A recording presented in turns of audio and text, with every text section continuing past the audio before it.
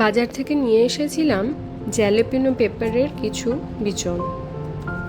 সেগুলোকে টিস্যু পেপারের উপরে একটু ওয়াটার স্প্রে করে কিছুদিনের জন্য রেখে দিলাম।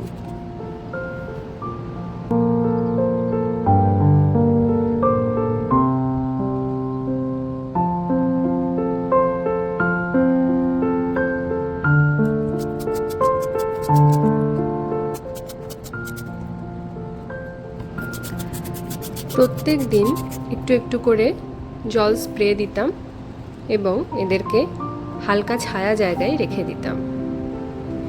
দিন পাঁচেক পরে এগুলোতে খুব ছোট্ট ছোট্ট অঙ্কুর বেরিয়ে আসে এবং তারপরে এগুলোকে মাটিতে লাগিয়ে ফেলি।